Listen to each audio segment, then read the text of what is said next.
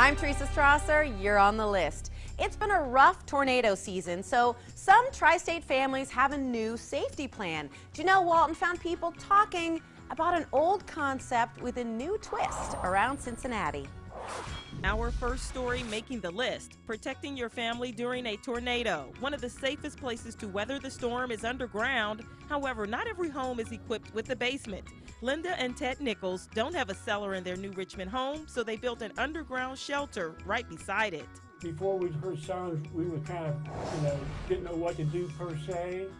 And so we know what to do now is get in the shelter. So it's very good, secure feeling to have this. This one is made by Granger Plastics Company. A 10 by 10 foot hole is dug and the in-ground safety shelter is placed inside. Once inside the shelter, turn the lights on. You will lock the 3-point locking system on the door. You have 2 sources of ventilation in the unit, through the door and in the vent. The unit cost about $7,000. Linda says money well spent to protect her family. To know that this house can be replaced, we cannot, so that's the reason we spent the money. The shelter is large enough for a family, or at least 6 adults, and there's room for some of your pets too.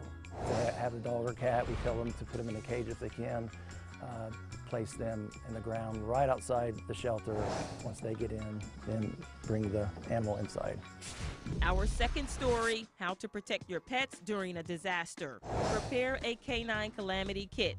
All you need is a 5-gallon bucket with the lid. Fill it with food, water, bowls, leash, collar, a picture of your pet, and any other pet supplies.